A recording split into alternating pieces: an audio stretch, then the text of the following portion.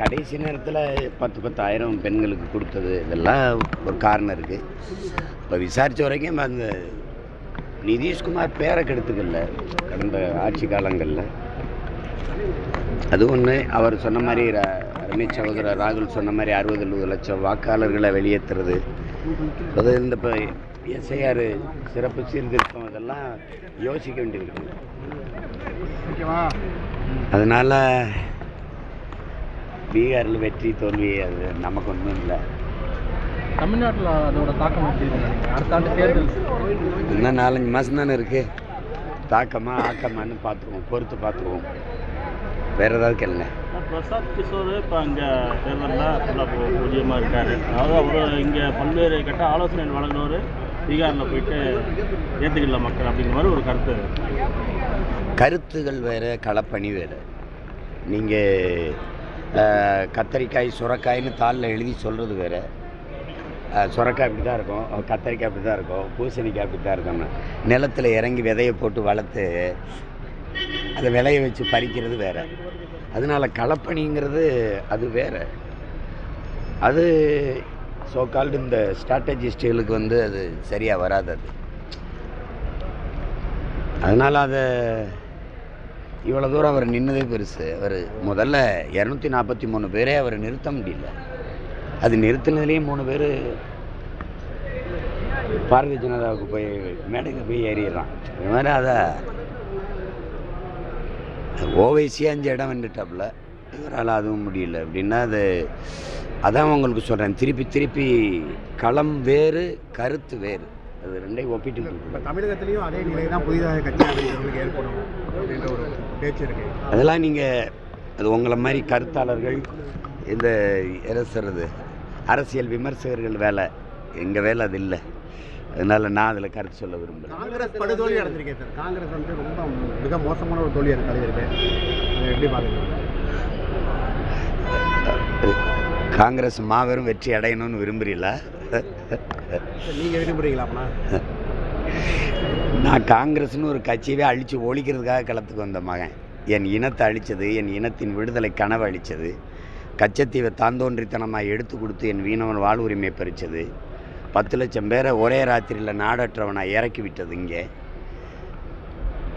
ராஜீவ் ஜெயவர்த்தனை ஒப்பந்தத்தில் எங்கள் இனத்தின் விடுதலை கனவை அழித்து நாசமாக்கியது. எனக்கு இருக்கிற வலியும் வன்மமும் உலகத்தில் எவனுக்கிட்டையும் சொல்ல முடியாது. புரியுதா?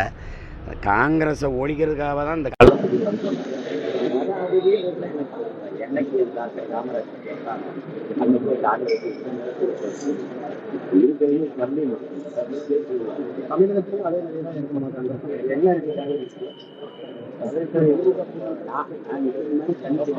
சொல்லிட்டேன். நான் பிடிச்சிருந்தா படிச்சேன்ல.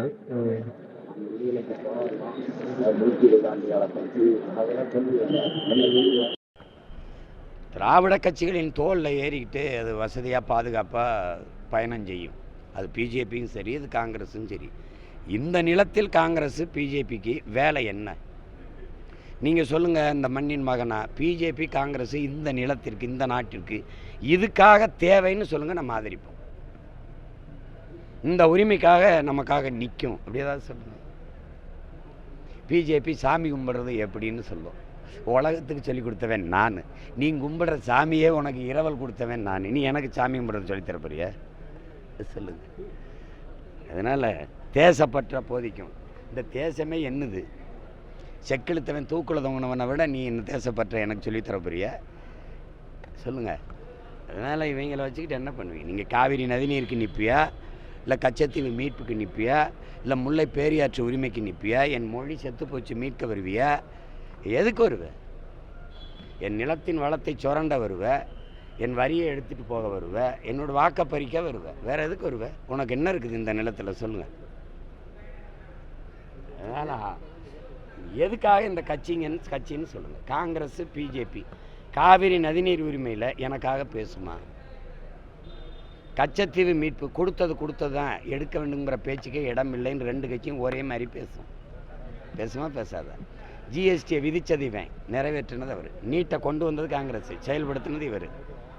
என்ஐஏ என்ஆர்சி கொண்டு வந்தது இவங்க, செயல்படுத்தினது இவங்க. வேறு அவன் பாபர் மசூதியை இடிப்பான், இடிக்க அனுமதிப்பான். அவன் அடிக்கல் நாட்டி கோயில் கட்டுவான், இவன் கன்கிராச்சுலேஷன் தான். 2 பேருக்கு என்ன வேறுபாடு கண்டீங்க? தேசிய கட்சிகள் இருக்கக்கூடாதுன்னு எந்த மாநிலத்துக்கும் தேவையில்லைன்றேன். இருந்து என்ன பண்ணிச்சுன்னு சொல்லுங்கள்.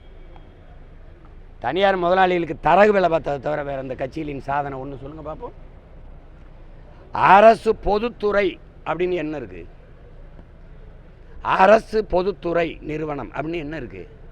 இந்த விண்ணூர்தி நிலையம் இருக்கா? சரி, விண்ணூர்தி யாருது? யாருது சொல்லுது? கல்வி இருக்கா உனக்கிட்ட? மருத்துவம் இருக்கா? சாலை ஓடுதல், பராமரித்தல், மின் உற்பத்தி, விநியோகம், Adani port, Adani farming, Adani airport, Adani மின் உற்பத்தி. அப்போ நீ என்ன பண்ணுவ? கமிஷனை வாங்கிட்டு கையெழுத்து போட்டு புரோக்கர் வேலை வைப்பேன். வேற என்ன வேலை வைப்பேன்? நீங்கள் தலைவர்களா தரகர்களா? பதில் வச்சிருக்கீங்களா? சொல்லுங்கள். தேசிய ஜனநாயக கூட்டணி தான் வந்து ஆட்சி அமைக்கணும் பிரதமர் மோடி பார்ப்போம். அடுத்த ஆண்டு தேர்தல் வருது. எல்லா கட்சிகளுமே தேர்தல் பிரச்சாரம் பயணங்கள். நீங்கள் தண்ணீர் மாநாடு இந்த மாதிரி தேர்தல் பிரச்சாரமாக கருதலாமா, இல்லை இது எப்படி எடுத்துக்கலாம்? இப்போ நீங்கள் தண்ணி குடிச்சீங்களா இல்லையா? காலையிலேருந்து வீட்டுக்கு போய் குடிப்பீங்களா இல்லையா? அதனால தான் தண்ணி இருக்கு மாநாடு. நாளைக்கு அது இல்லை, நான் 17ஆம் தேதி பீகார் தேர்தல் வெற்றிக்கு எஸ்ஐஆர் தான் காரணம்னு சொல்லி சொல்கிறாங்க. நானும் அதான் நினைக்கிறேன். அது ஒரு பெரிய காரணமாக இருக்க வாய்ப்பு இருக்குது. ஏன்னா அதை ராகுல் திரும்ப திரும்ப சொல்கிறாரு 60-70 லட்சம் வாக்கை இது பண்ணிட்டாங்கன்னு. எனக்கு என்ன ஆச்சோன்னா, இப்போது பீகாரில் எங்கள் அப்பா அம்மாவுக்கு வாக்குரிமை இருந்தால் இங்கே எடுத்துக்கலாங்கிறீங்க. ஆனால் எனக்கு 13 கேள்விகளை கேட்குறீங்க. இந்த 13 இதை பூர்த்தி செஞ்சு கொடுக்கணுங்கிறீங்க. இப்போ என் அம்மா எங்கள் ஊரில் இருக்கா, எங்கள் அப்பா இல்லை, இறந்துட்டார். நான் எங்கள் அப்பாவோட இறப்பு சான்றிதழ் வச்சுருக்கேன்ல, ஒரு வாக்கை நீக்கி விட வேண்டியது என்ன? இதுக்கு சிறப்பு வாக்காளர் திருத்தம் என்ன? போலி வாக்காளர் இருக்கிறாங்கன்னு பேசுகிறீங்க. எப்போ கண்டுபிடிச்சிய? நேற்று தான் போலி வாக்காளர் வந்திருக்கானா? சரி, நம்ம எல்லோரும் இப்படி பேசுவோம். ஒரு வாக்காளரில் ஒரு திருத்தம் கொண்டு வரணும்னா 1 வருஷமாக என்ன பண்ணிகிட்டு இருந்த? ஒரு ஆண்டு இருக்கும்போதே இந்த வேலையை ஆரம்பித்து இதெல்லாம் சரி பண்ணிவிட்டு சரி வெளியிட்டு உங்கள் வாக்கு விடுபட்டு இருந்துச்சுன்னா மறுபடியும் உங்கள் வாக்கை பதிவு செய்கிறதுக்கு விண்ணப்பிங்க அப்படின்னு ஒரு கால அளவு கொடுக்கணும்ல. நீ இப்போ நவம்பர் ஆயிடுச்சு, டிசம்பர், ஜனவரி, பிப்ரவரியில் வாக்கு தேர்தலை அறிவிச்சிருவேன். பிப்ரவரி 7ஆம் தேதி தான் அந்த வாக்காளரை சரி பார்த்துட்டு வெளியிடுவோன்ற. ஒரு வேளை என் வாக்கு விடுபட்டு போச்சுன்னா நான் வாக்கை மறுபடியும் புதுப்பித்து என் வாக்கு உரிமையை பெறுறதுக்குள்ளே தேர்தல் வந்துடும். அப்போ உனக்கு சேட்டை தானே? இவன் நாள் என்ன பண்ணிட்டு இருந்த? நீ என்ன பண்ணிகிட்டு இருந்த? செத்து போனவன் யாருன்னு உனக்கிட்ட இதில்லை, டெத்து சர்டிஃபிகேட் வாங்கலை. நீ போய் வாக்காளர் தெரியாமல் தான் இருந்தா இவ்வளோ நாள். சொல்லுங்கள். 4500 வாக்காளர்கள் கொளத்தூரில் இருக்கிறாங்கன்னு அம்மா நிர்மலா சீதாராமன் சொல்கிறாங்க. இப்போ 4500 போலி வாக்காளர் வாக்கு செலுத்தி தான் வென்றிருக்கேன். நீங்கள் அதனால் நீங்கள் உங்கள் வெற்றி செல்லாதுன்னு சொல்ல தயாராக இருக்கீங்களா? 4.5 ஆண்டு முடிஞ்சு பதவி முடிஞ்சு இப்போ அடுத்து தேர்தலை சந்திக்க போகிறாரு. இப்போ தான் போலி வாக்காளர் இருக்கிறான்னு சொல்ல வரீங்க. உங்களெல்லாம் என்ன பண்ணலாம்னு சொல்லுங்கள். இல்லை, உங்களுக்கு பொழுது போகலைன்னா இந்த மாதிரி எங்களை வச்சு விளையாடுவீங்க. பெரிய பெரிய அறிஞனே சொல்கிறான், தமிழ்நாட்டு முதல்வரே சொல்கிறாரு, இந்த 13 இதையும் பூர்த்தி செய்கிறதுக்கு படித்தவங்களாலே முடியாதுண்ணா. அப்போ எங்கள் ஆத்தால் அப்போ என்ன பண்ணுவேன்? எங்கள் அம்மாட்ட போய் உங்கள் அப்பா அம்மா வாக்குச்சீட்டை கொண்டு வாங்கன்னா 84 எந்த பூத்தில் ஓட்டு போட்டினேன். இப்போ நான் ஒரு வாடகை வீட்டில் இருக்கேன். போன தடவை வாடகை வீட்டில் இருக்கும்போது வாக்குரிமையை எடுத்தேன். இப்போ வேறு வீட்டில் இருக்கேன். இன்னும் நான் என் வாக்கு இருக்கான்னு இந்த முகவரியில் போய் சோதிக்க போகும்போது அவன் இல்லைன்றான். நீ உடனே தூக்கிட்டு போயிடுவேன். இப்போ என் வாக்கு என்ன ஆகுறது சொல்லுங்கள். அதிமுக ஆதரிக்கிறாங்க. அதிமுக ஆதரிக்கிறேன். அது கூட்டணி எஜமா கொண்டு வர்றாரு. அப்போ கூட திமுக அது என்ன செய்யுதுன்னா எதுக்கிற மாதிரி, இப்போ புதிய கல்விக்குழு எதுக்கிற மாதிரி ஏற்றுட்டு வேறு பேரில் நிறைவேற்றுற மாதிரி எதுக்குத்தானா அவசரமாக சட்டசபை கூப்பிட்டு இந்தந்த காரணத்துக்கு எதுக்கிறது ஏற்க முடியாதுன்னு சொல்லணும்ல. அதை விட்டுவிட்டு நீங்கள் பிஎல்ஓ அந்த பூத் லெவல் ஆஃபீஸர் போட்டது யார்? நீங்கள் ஆஃபீஸர்லாம் யார்? ஹெல்த்து லேபர் அப்படின்னா யாருன்னு நினைக்கிறீங்க? கொசு மருந்து அடிக்கிற ஆள், இந்த சத்துணவில் அங்கன்வாடியில் வேலை செய்கிறம்மா, இந்த சத்துணவு வேலை செய்கிறம்மா, இவங்கெல்லாம் எப்படி அதை செய்வாங்க சொல்லுங்கள்? இதெல்லாம் நியமித்தது நீங்கள். கூடவே உங்கள் ஆள் போய் இது நான் ஒரு வேளை அந்த கட்சியில் என் தலைவர் படமும் என் படமும் அந்த வீட்டில் இருந்துச்சுன்னா பூராவட்டையும் தூக்கிட்டு போவானா இல்லையா சொல்லுங்கள்? சொல்லுவல்ல. ஒரு வேளை போகும்போது தம்பி விஜய் படம் இருக்குன்னா இவன் நமக்கு இல்லையா ஓட்டு தூக்கி விட்டு போயிட்டானா என்ன பண்ணுவீங்க? இல்லை கிறித்தவர் இஸ்லாமியர் ஓட்டு தான் அதிகமாக இஸ்லாமியர் ஓட்டு தான் தூக்கி விடப்பட்டிருக்குன்னு பீகாரில் சொல்கிறான். இப்போ இங்கே தூக்கி விடுமா விடாத பிஜேபி? தூக்கி விடுங்கிறதுக்கு சொல்கிறேன். ஓகி புயலில் 200 பேருக்கு மேலே கடலில் போய் நாகர்கோயிலில் இறந்து போனாங்க கன்னியாகுமரியில்.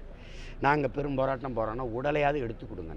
அப்போது இந்த விண்ணூர்தியில் சரசரன்னு வித்த காட்டுச்சுல்ல இந்த ஒரு இதில், அது மாதிரி எத்தனை விண்ணூர்தி வச்சுருக்குது, எவ்வளவு போர்க்கப்பல் வச்சுருக்குது, எடுத்துக்கிட்டு வந்து இந்த உடலே அது கொடுக்கலாம்ல. சனம் காட்டிச்சு, செத்து போயிட்டான் பிள்ளையை அடக்கமாவது பண்ணிக்கிறோம்னு தரலை. ஆனால் அவ்வளவு கிறித்தவ மீனவன்ட்டு இந்த தேர்தலை நமக்கு ஓட்டு போட மாட்டான்ட்டு 40,000 வாக்காளரை தூக்கி விட்டுச்சா இல்லையா சொல்லுங்கள்? அதே மாதிரி வேலையை செய்யும். நீங்கள் வேணால் பாருங்கள், செய்யும்.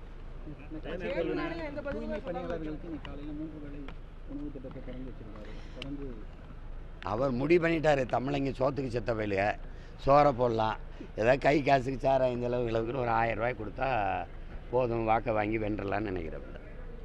எப்படி இருக்குது பாருங்கள், 3 வேளை சோறை போட்டு சரி பண்ணுறவங்கள. ஆனால் வேலை யாருக்கு தெரியுமா? முதலாளிக்கு வேலை செய்யணும். நான் முதலாளிக்கு வேலை செய்வேன், என் உழைப்பை சுரண்டி அவன் லாபத்தை குவிப்பான். நீ வந்து கான்ட்ராக்ட் ஒப்பந்தம் அவனுக்கு கொடுத்துற, 270 கோடி அவனுக்கு கொடுத்துட்ற. ஆனால் நான் வேலை செய்வேன், நான் செத்து போயிட்டா 10 லட்சம் அரசு என் காசில் மக்கள் காசில் கொடுப்பேன், எனக்கு என் மக்கள் காசில் சோறு போடுவேன். ஏன் அவன் என்ன பண்ணுவான் முதலாளி? இந்த மாதிரி நிர்வாகத்தை உலகத்தில் எந்த நாட்டில் செய்ய ஆளை பத்திரிக்கையில் கொழுப்படுத்து ஒருத்தன் சாராயம் காய்ச்சுவேன், இதை கொழுப்படுத்து போய் குடிச்சிட்டு சாவேன், என் காசு எடுத்து 10 லட்சம் கொடுக்கும். கூட்டத்தில் நெரிசலில் போய் நடிகரை வேடிக்கை பார்க்க போய் சாவேன், என் காசு எடுத்து 10 லட்சம் கொடுத்துரும். ஆனால் விவசாயி வேலை செய்ய போன இடத்துல இடிதாக்கி என் அக்கா தங்கச்சி 5 பேர் சாவான், காசு கொடுக்காது. நாட்டை பாதுகாக்க போய் இராணுவத்தில் செத்து வருவான், போய் ஒரு மாலை வச்சு ஒரு 10 லட்சம் 5 லட்சம் கொடுக்காது குடும்பத்துக்கு. எப்படிப்பட்ட நாடு பார்த்தியல்ல?